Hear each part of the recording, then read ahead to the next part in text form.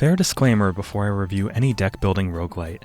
If you demand I pick an all-time favorite indie game, differences in genre or features aside, I'm probably picking Slay the Spire. Fortunately or not, that game was my intro to the now blossoming subgenre of similar titles, and I'd only call that unfortunate because it's like having your first ever sushi in Tokyo. It can set the bar a little too high for what you'll get going forward. While Slay the Spire still reigns supreme in my head, plenty of contenders have twisted its formula into something unique enough to stand on their own. And frankly, they have to, because like any genre among indies, directly cloning your greatest competitors isn't likely to get you noticed. And I firmly hope that Wildfrost does get noticed, because while it wears its inspirations proudly on its sleeve, the game doesn't merely borrow ideas, it remixes them into an engaging, confidently designed deck builder that paves its own path, even if that path is a bit steeper than you may expect. Wildfrost makes a great first impression too.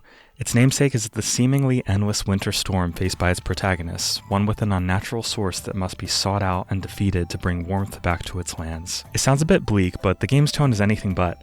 It's full of colorful, vibrant, cartoony visuals and silly animations that reminded me of games like Grindstone or shows like Adventure Time. It's so immediately charming to look at and has a slick, polished interface that does nearly everything right.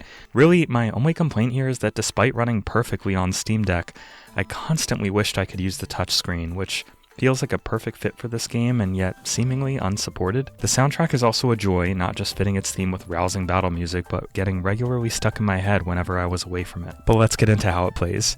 Lighter overall tone aside, Wildfrost feels like a unique mix of Slay the Spire and Monster Train.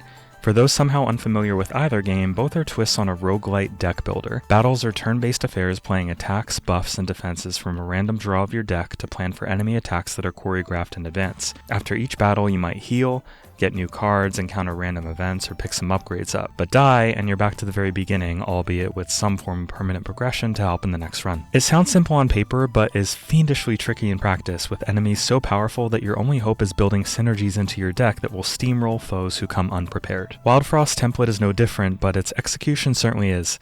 You start by picking a leader from the Snow Dweller tribe, like a high health, low attack leader versus a low health, high attack one.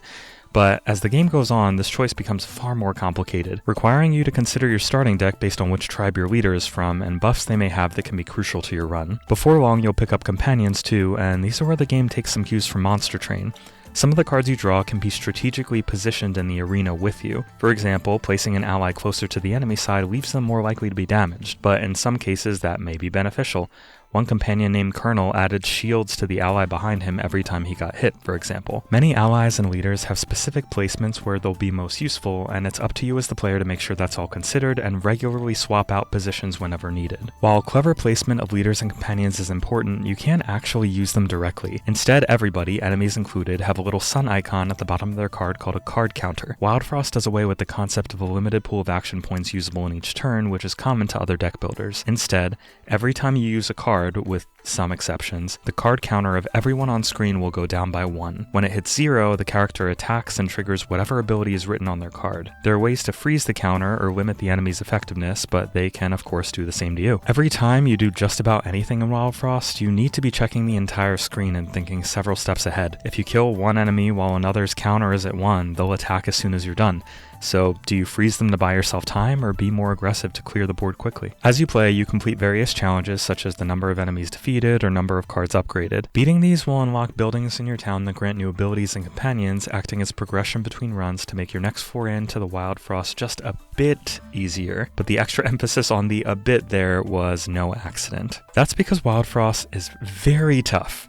More so than most of the many deck builders I've played, mistakes and inattentiveness are swiftly punished even in early battles, and it was a few hours and at least a dozen runs before I really felt like I knew what I was doing. But even once I was good enough to reliably beat the first boss, I would get absolutely stomped shortly after. Now, runs are shorter than most deck builders, with many of mine lasting between 10 and 30 minutes, depending how well I did. At first I thought this was a good thing, and to some degree it is by making it easier to play the game in short bursts and being less frustrated if you ultimately lose.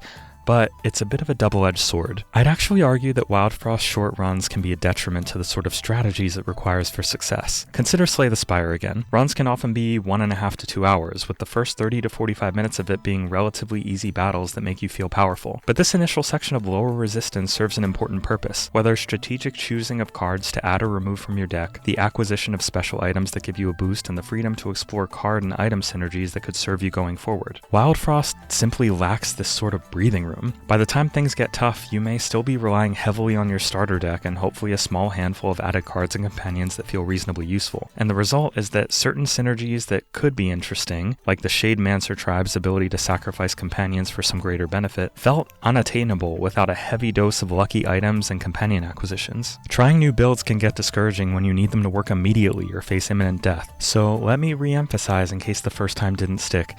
Even based on the relatively high difficulty bar set by deck building roguelites as a whole, Wildfrost is extremely challenging and sometimes crushingly so. Some battles feel like walking into a knife fight with a thumbtack, and while permanent progression through town unlockables certainly exists, it's a bit sluggish and takes some time to feel impactful. I was hoping for new cards and abilities to unlock at a healthy pace, but even after several hours, I'd only unlocked 2 new cards and a couple of new companions to help me in battle, which are great and all, but you have such limited companion slots that it hardly feels like a slam dunk. Overall, I had a really good time with Wildfrost. Its gameplay loop is shamelessly addictive, and its charming art style won me over in no time. Even where it feels in need of some balancing, battles felt cerebral and well designed, with unique enemies that ensure you're never too complacent, putting it mildly. I wish progression felt stronger and the game was a bit more forgiving, so if you're not a fan of other deck building roguelites, I don't think Wildfrost will change your mind. But if you're up for a deceptively cute challenge, a couple dozen hours with Wildfrost absolutely fits the bill.